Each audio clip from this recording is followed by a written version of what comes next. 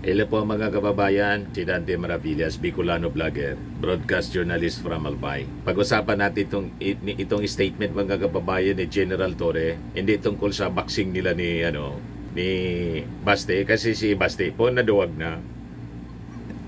Pero sabi, ito tuloy pa rin ni General Torre yung boxing match kahit hindi siya pumunta doon. Kasi pag hindi sumipot si Baste, kasi nga po naduwag, diretso sila sa pag-ayuda. Kasama yung mga sponsors.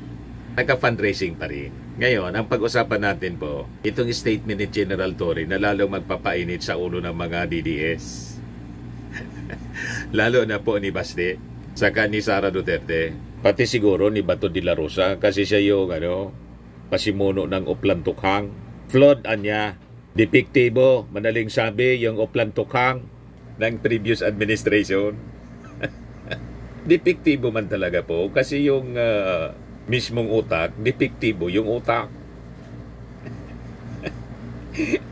Tama ba? But before natin pag-usapan po mga kababayan, click subscribe muna dito sa ating YouTube channel. Kung hindi pa po kayo nakasubscribe, and share po ninyo ito. At saka balikan natin muna yung ating portion dito po, yung kwentong katatawanan. Ilang araw na hindi tayo nakakakwento. Relax muna tayo. Padala po ito ni Edward Mangisil. Kwento ito ng magkapitbahay po. Pangalan ng lalaki, si Sebastian.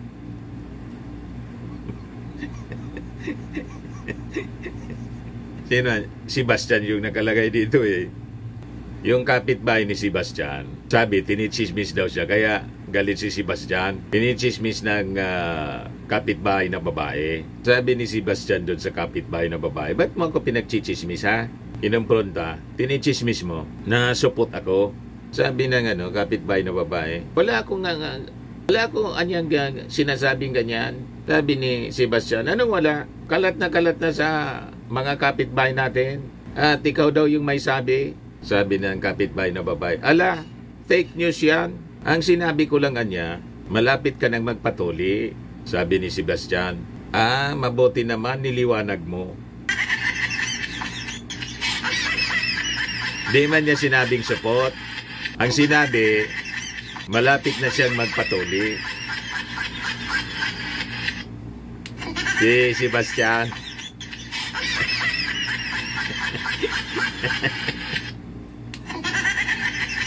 Tama naman. Hindi man niya pinangalandakan na support. Ang sinabi, malapit nang magpatuli. Buti niya, niliwanag mo.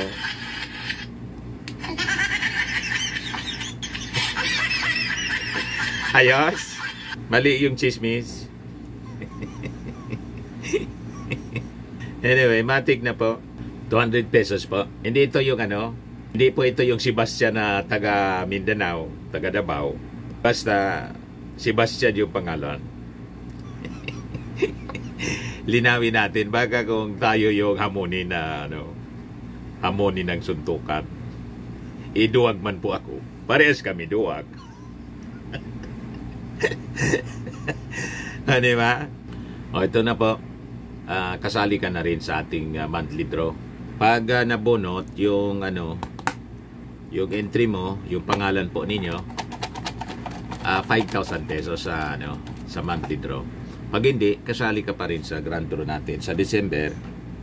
10,000 pesos yung grand prize natin. Yung mga gusto magpadala ng entries po, mag-message na lang kayo sa aking Facebook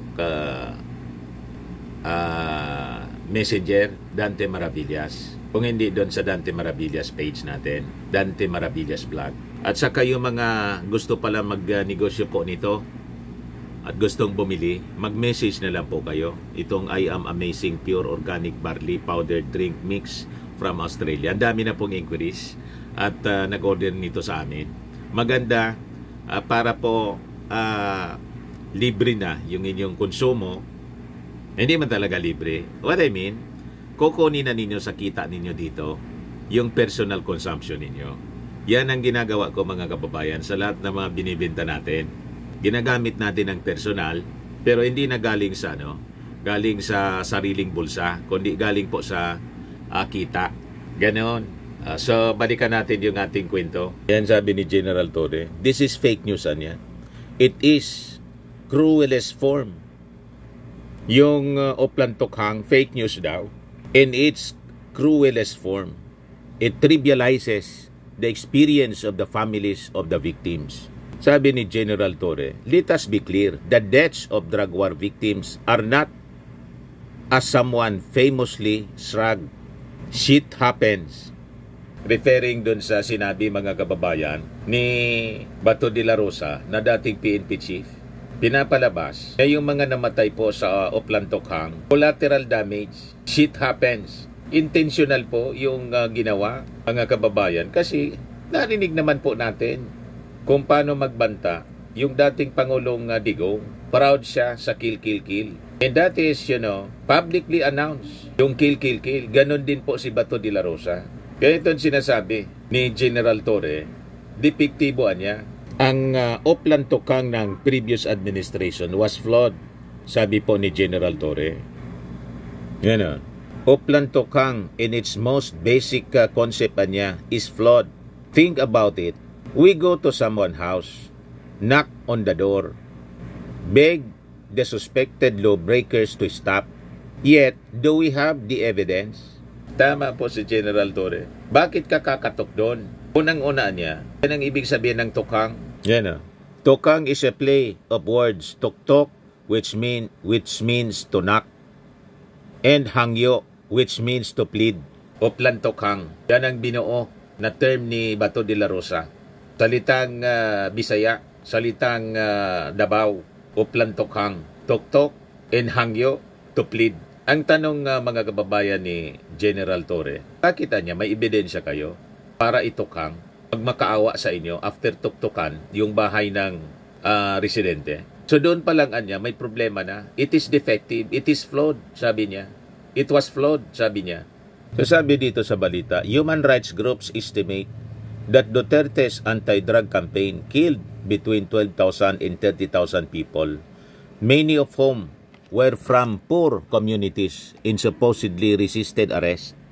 Torre later turned his attention to a claim that the case against the former president was weak and that the thousands of deaths tallied by human rights groups were false since the arrest warrant only cited 43 deaths.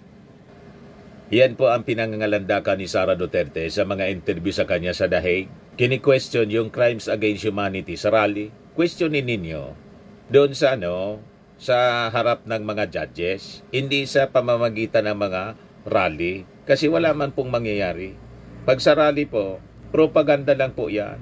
Paulit-ulit mga kababayan na mga pahayag ng kasinungalingan para yung mga naniniwala sa kanila, patuloy na maniwala. At yung hindi, nagbabakasakali sila na sa paulit-ulit na pagpapalaganap ng kasinungalingan, mapapaniwala nila. Yan ang intensyon ni Sara sa paulit-ulit na pagsasalita ng kasinungalingan. Lahat baliktad yung sinasabi. Kaya sabi po ni General Torre, this is fake news niya.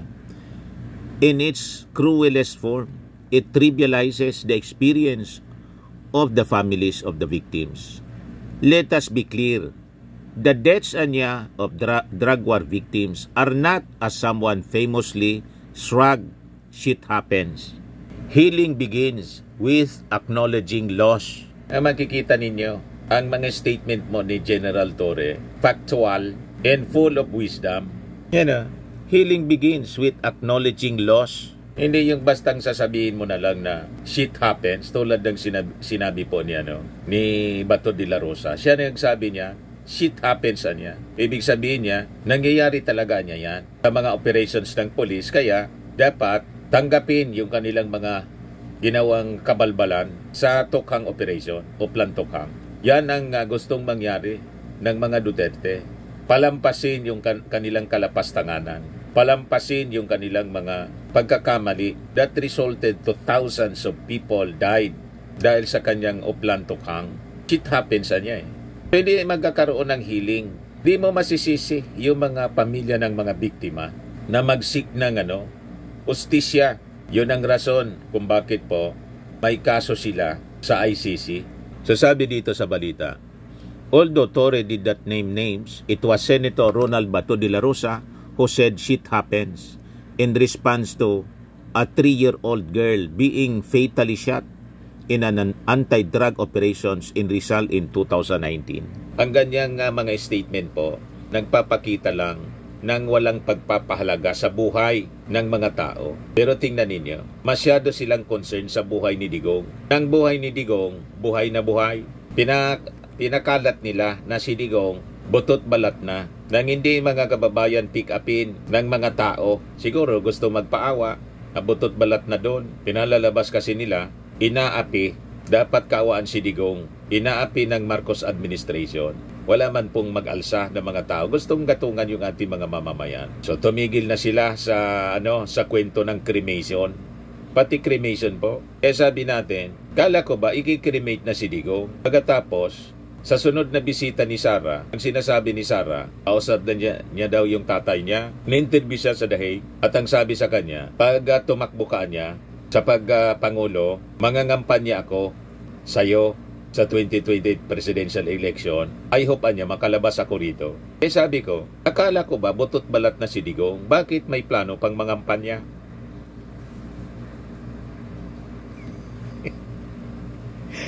Di ba? So, madaling sabi, hindi man totoo yung mga kwento ng nanay niya na mahina niya si Digong.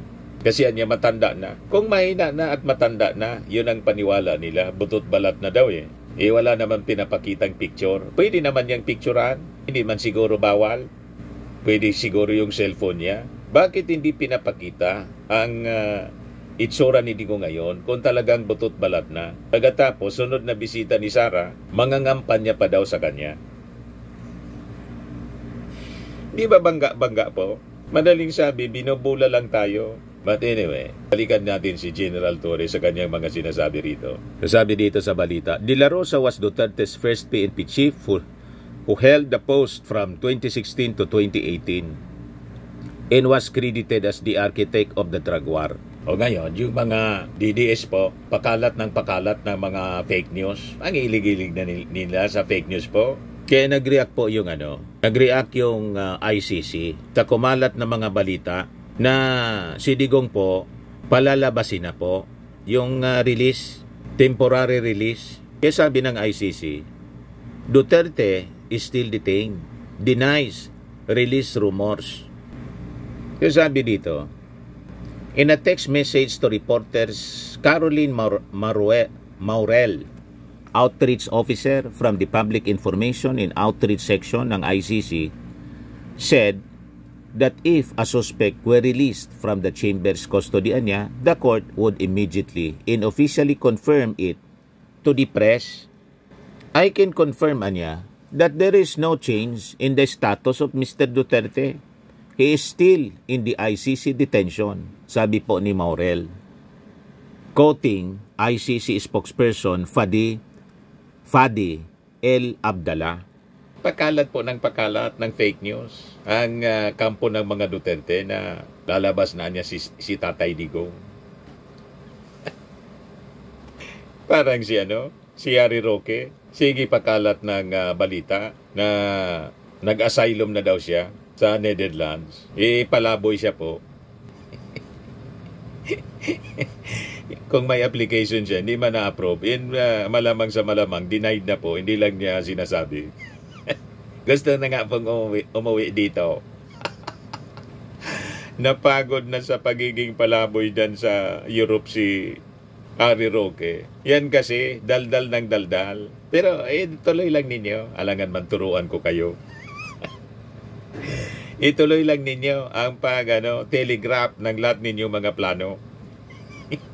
Tingnan natin kung maganda ang resulta. Ang hilig kasi ninyo na magyabang, ang assuming kayo eh. So naglabas sila ng statement after the former president's daughter, Vice President Sara Duterte, refused to comment on reports claiming that her father had been released from the ICC detention center. The Vice President, who was in The Hague at the time, said she knew the answer to the reports but chose not to comment as she was not sure if doing so was allowed on her level.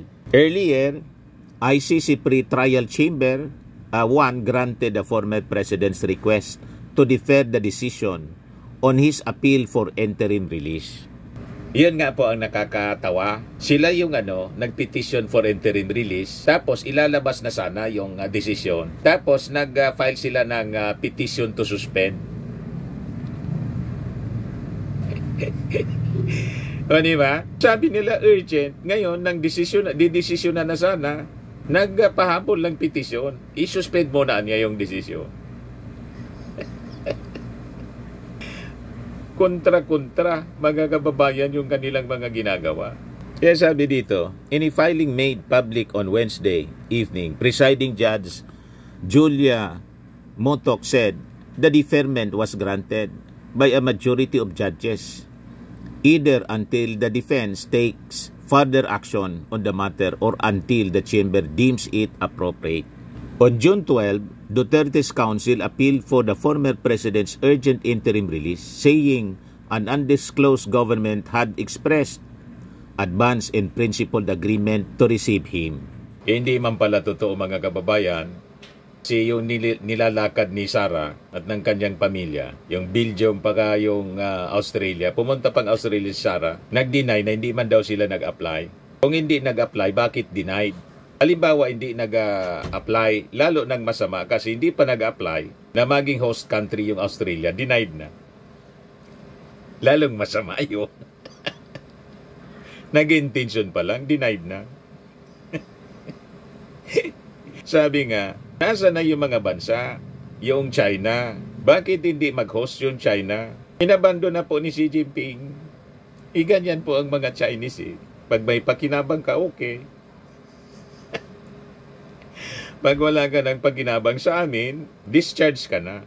Di-distansya na sa'yo. Ganon po. Wala man lang leader ng mundo ang nagpayag ng statement supporting Digong or condemning the ICC. Kahit na si Trump, mga kababayan, na sabi barkada, kinundi na pa po, dinanata ni Trump. Hindi niya alam niya yung ginagawa niya, yung previous administration, referring to Digong, nang makausap ng ating Pangulo the other day.